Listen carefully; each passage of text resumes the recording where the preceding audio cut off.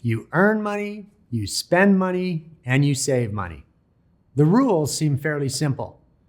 So why is it that so few people master their financial situation? In this lesson, we'll talk about your relationship with money and its obvious bearing on the pursuit of a life of purpose. What money actually does is provide options. To get where you want to go, you'll need to be well financed. Without the financial foundation, you'll be caught in the cycle of paying bills and simply scrambling to stay afloat. We're going to discuss your money and your handling of it in practical applications that will help you think about where you're going and what you'll need to get there. These 6 essentials are all connected. Maybe you've realized that by now. Everything is interconnected when it comes to the essentials of life. Money can create tremendous stress in life, which affects the body, the mind, and the soul. It can also hurt relationships, which is our 6th essential. Money is connected to everything. So you have to ask, what's the true value of it beyond the exchange for the necessities that I purchase? Money brings us to people, places, programs, information. Access to funding affects all your essentials. What's your own relationship with money? It's important to begin with personal reflection on the place of money in your life. Assess your relationship. Are you feeling good about the money you're earning and what happens to it after you've earned it? What about your current expenses? Do you feel they're manageable? How about clarity? Do you feel like you're on top of your financial traffic so that you have a firm grasp of income and outflow? How much security or insecurity do you have about the future? There are plenty of books on the subject of money, needless to say, and a lot of good ones. But general rules and concepts don't always help us. There are voices telling you how much you need for retirement or what percentage of your income you should be reinvesting.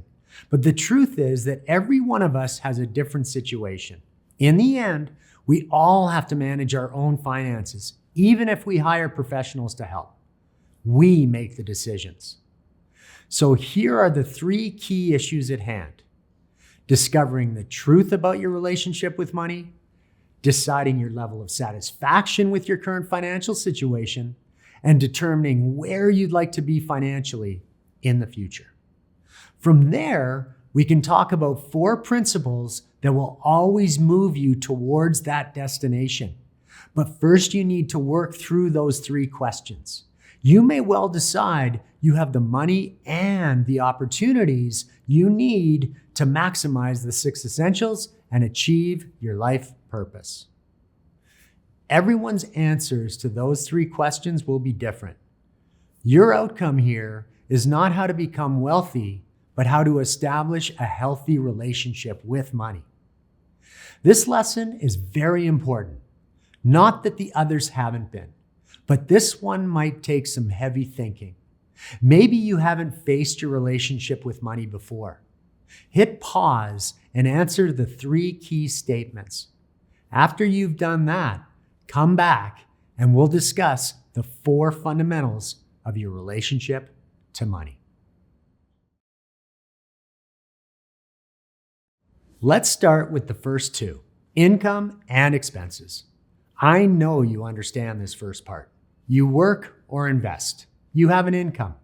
You buy things, experiences, goods and services, necessities like groceries. Those are your expenses. The most basic truth of wealth creation is that, over time, income must exceed expenses. Over time, you won't make it very long with a widening trail of debt, which can become a vicious and inescapable cycle. Some people have no idea their typical monthly expenses exceed their income, or they'd rather not face the possibility of it. But it doesn't get any simpler than this directive. Income must be greater than outflow. What comes in must exceed what goes out. As long as that's true, the difference is profit. And profit works over the course of time, just as debt does, but in the opposite direction. There's a downloadable budget tool. if this topic and getting real with your finances is new. Even if you make plenty of money for income, you could still need a budget. Budgets aren't limited to those striving to pay something off or make ends meet. If the difference between income and expenses is a positive number, we call it profit. And with it, you create assets. This is your third fundamental. This is where the real power of money enters the equation. Einstein is said to have declared that humanity's greatest invention is compound interest. Benjamin Franklin said, "Money makes money, and the money that money makes money." It's actually harder to say than to understand. Because of compound interest, money can grow exponentially, not by simple addition, but by multiplication, and then multiplication of the multiplication. Investment to maximize that kind of financial growth is a complex topic, but the purpose remains simple. Use profit to create more financial streams. Here's the basics of money math. Income minus expenses equals profit. Assets minus liabilities equals net worth. Assets are anything of value you own. These could be stocks, a business, a house, or a document autographed by Abe Lincoln. Imagine you have $500,000 in assets. That's the total value of all your possessions. It's easy to see yourselves as worth $500,000, but wait, while the house is worth $300,000, there's a $200,000 mortgage on it. So you must capture the mortgage owing as a liability. This means the house is a much smaller asset than you realized. You may have loans too. What about a car loan, student loans, credit card debt?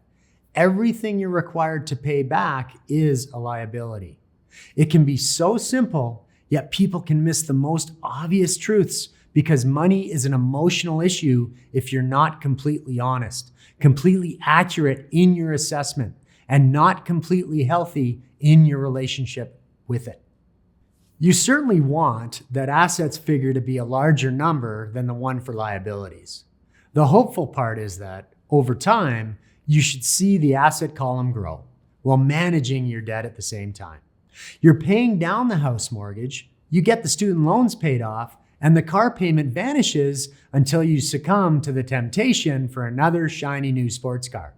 Knowing your assets and liabilities definitely makes you wiser in those decisions. Financial wisdom in a nutshell: make profit, create assets, build net worth. If you think about it, we've discussed 5 very personal, very individual essentials. The mind and body and soul that only you have, your personal finances, and what you and no one but you will eat. The final essential, however, pulls back the curtain and involves others. We're talking about your relationships.